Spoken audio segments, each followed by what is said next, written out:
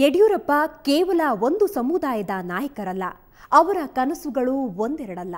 ಸಮಾಜಕ್ಕೆ ಏನೋ ಒಂದು ಒಳ್ಳೆ ಕೆಲಸ ಮಾಡುವಾಗ ತಮ್ಮೊಂದಿಗೆ ಇಡೀ ಸಮುದಾಯವನ್ನ ತೊಡಗಿಸಿಕೊಳ್ಳಬೇಕು.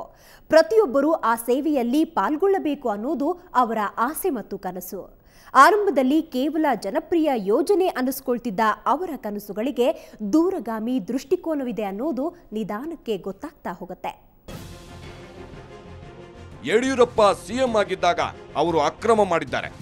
ಡಿನೋಟಿಫಿಕೇಶನ್ ಹೆಸರಲ್ಲಿ ಕೋಟಿ ಕೋಟಿ ಹಣ ಪಡೆದಿದ್ದಾರೆ.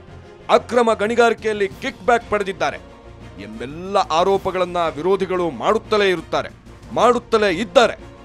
ಆದರೆ ಆ ಎಲ್ಲ ಆರೋಪಗಳು ಇನ್ನೂ ವಿಚಾರಣೆ ಹಂತದಲ್ಲೇ ಇವೆ. ಅವೆಲ್ಲವುಗಳಿಂದ ಮುಕ್ತನಾಗಿ ಹೊರಬರುತ್ತೇನೆಂಬ ವಿಶ್ವಾಸ ಯಡಿಯೂರಪ್ಪನವರಲ್ಲಿದೆ. ಯಡಿಯೂರಪ್ಪ ಸಿಎಂ ಆಗಿದ್ದ ಅಷ್ಟೂ ದಿನ ಅವರನ್ನು ಹಗರಣಗಳ ಆರೋಪಗಳು, ಭಿನ್ನಮತಗಳು ಕಾಡುತ್ತಲೇ ಇದ್ದವು. ಈ ಎಲ್ಲವುಗಳ ನಡುವೆಯೂ ಯಡಿಯೂರಪ್ಪ ಸಮಾಜಕ್ಕೆ ಕೊಟ್ಟ ಕೊಡುಗೆಗಳು ಅಪಾರ. ಶಾಲಾ ಮಕ್ಕಳಿಗೆ ಉಚಿತ ಬೈಸಿಕಲ್ ಯೋಜನೆ, ಅದೆಷ್ಟೋ ಶಾಲೆ ಬಿಟ್ಟು ಹೋಗಿದ್ದ ಮಕ್ಕಳನ್ನು ಶಾಲೆಗೆ ವಾಪಸ್ ಕರೆತಂದಿದ್ದು ಸುಳ್ಳಲ್ಲ. ಇನ್ನು ಭಾಗ್ಯಲಕ್ಷ್ಮಿ ಯೋಜನೆ, ಹೆಣ್ಣು ಮಕ್ಕಳು ಹುಟ್ಟುವುದೇ ಶಾಪ ಎನ್ನುವ ಬಡವರಿಗೆ ಸಂತಸ ತುಂಬಿದ ಯೋಜನೆ. ಅದು ಯಡಿಯೂರಪ್ಪನವರ ಕನಸು. ಹೆಣ್ಣು ಮಗು ಜನಿಸಿದ್ರೆ ಆ ಮಗು ಪ್ರೌಢಾವಸ್ಥೆಗೆ ಬರುವ ಹೊತ್ತಿಗೆ ಇಂತಿಷ್ಟು ಹಣ ಬರುವಂತೆ ಫಿಕ್ಸ್ಡ್ ಡೆಪಾಸಿಟ್ ಇಡುವ ಯೋಜನೆಗೆ ರಾಜ್ಯಾದ್ಯಂತ ಮೆಚ್ಚುಗೆ ವ್ಯಕ್ತವಾಯಿತು. ಅದೆಲ್ಲವನ್ನು ಯಡಿಯೂರಪ್ಪ ಇಂದಿಗೂ ನೆನಪಿಸಿಕೊಳ್ಳುತ್ತಾರೆ. ಯಡಿಯೂರಪ್ಪನವರ ಮೇಲೆ ಅಕ್ರಮ ಗಣಿಗಾರಿಕೆಗೆ ಸಹಕರಿಸಿದ ಆರೋಪವಿದೆ. ಆದರೆ ಇಡೀ ದೇಶದಲ್ಲಿ ಅದಿರು ರಫ್ತು ನಿಷೇಧಿಸುವ ಕಠಿಣ ನಿರ್ಧಾರ ತೆಗೆದುಕೊಂಡಿದ್ದು ಕೂಡ ನಾನೇ ಎಂದು ಯಡಿಯೂರಪ್ಪ ಎದೆತಟ್ಟಿ ಹೇಳಿಕೊಳ್ಳುತ್ತಾರೆ. ಅಷ್ಟೇ ಅಲ್ಲ, ಕೋಟ್ಯಾಂತರ ರೂಪಾಯಿ ಆದಾಯ ಬರುವ ಸಾರಾಯಿ ಮಾರಾಟ ನಿಷೇಧಿಸುವ ಧೈರ್ಯ ಮಾಡಿದ್ದು ಕೂಡ ಯಡಿಯೂರಪ್ಪನವರೇ. ಮಠಗಳಿಗೆ ರಾಜ್ಯದ ಬಜೆಟ್ನಲ್ಲಿಯೇ ಹಣ ತೆಗೆದಿಟ್ಟು ಮಠಗಳ ಸೇವೆಗಳಿಗೆ ಸರ್ಕಾರದಿಂದ ಮಾನ್ಯತೆ ದೊರಕಿಸಿಕೊಟ್ಟಿದ್ದನ್ನು ಯಡಿಯೂರಪ್ಪ ಇಂದಿಗೂ ಸಮರ್ಥಿಸಿಕೊಳ್ಳುತ್ತಾರೆ. ಇಂಥ 10 ಹಲವು ಜನ ಮೆಚ್ಚುವ ಕೆಲಸ ಮಾಡಿದ್ದೇನೆ. ಇನ್ನೂ ಹಲವಾರು ಕನಸುಗಳಿದ್ದವು. ಆದರೆ ವಿರೋಧಿಗಳು ಅದಕ್ಕೆ ಅವಕಾಶ ಮಾಡಿಕೊಡಲಿಲ್ಲ. ನನ್ನದೇ ಪಕ್ಷದಲ್ಲಿ, ನಾನೇ ಕಟ್ಟಿದ ಸಂಘಟನೆಯಲ್ಲಿ ನನ್ನನ್ನು ಒಂಟಿಯನ್ನಾಗಿ ಮಾಡಿಬಿಟ್ರು ಎಂದು ಅಲವತ್ತುಕೊಳ್ಳುತ್ತಾರೆ ಯಡಿಯೂರಪ್ಪ.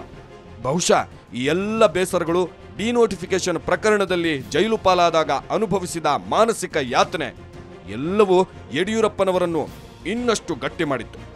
ಮನಸ್ಸಿಗೆ ನೆಮ್ಮದಿ ಬೇಕು ಎನಿಸಿದಾಗಲೆಲ್ಲ ದೇವಾಲಯಗಳಿಗೆ ಹೋಗುವ ಯಡಿಯೂರಪ್ಪ ಧರ್ಮಬೀರು, ಅಪ್ಪಟ ನಾಸ್ತಿಕ. ದೇವರು ಧರ್ಮದಲ್ಲಿ ನಂಬಿಕೆ ಇಟ್ಟವರು.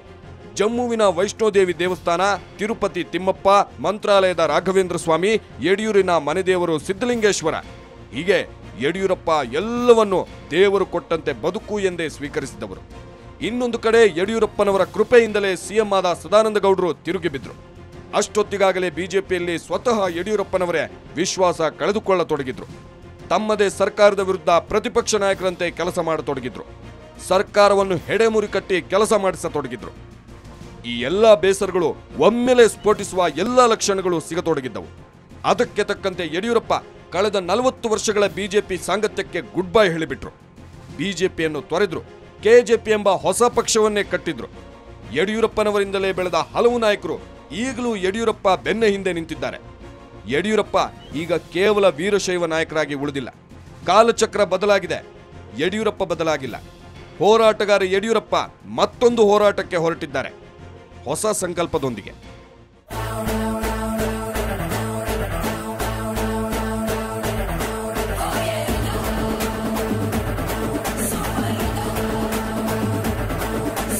ಸಿಕ್ಕಾಪಟ್ಟೆ ಇಷ್ಟಪಟ್ಟೆ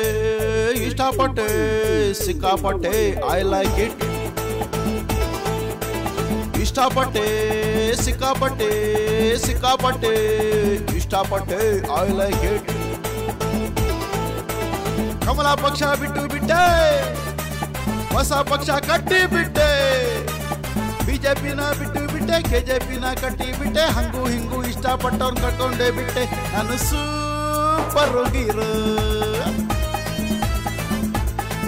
ನಾನು ಸೂಪರ್ ಹೀರೋ. ಇದು ಚಲದಂಕ ಮಲ್ಲನ ಕತೆ. ಅವರೀಗ ಮತ್ತೊಂದು ಸಂಕಲ್ಪ ತೊಟ್ಟು ನಿಂತಿದ್ದಾರೆ.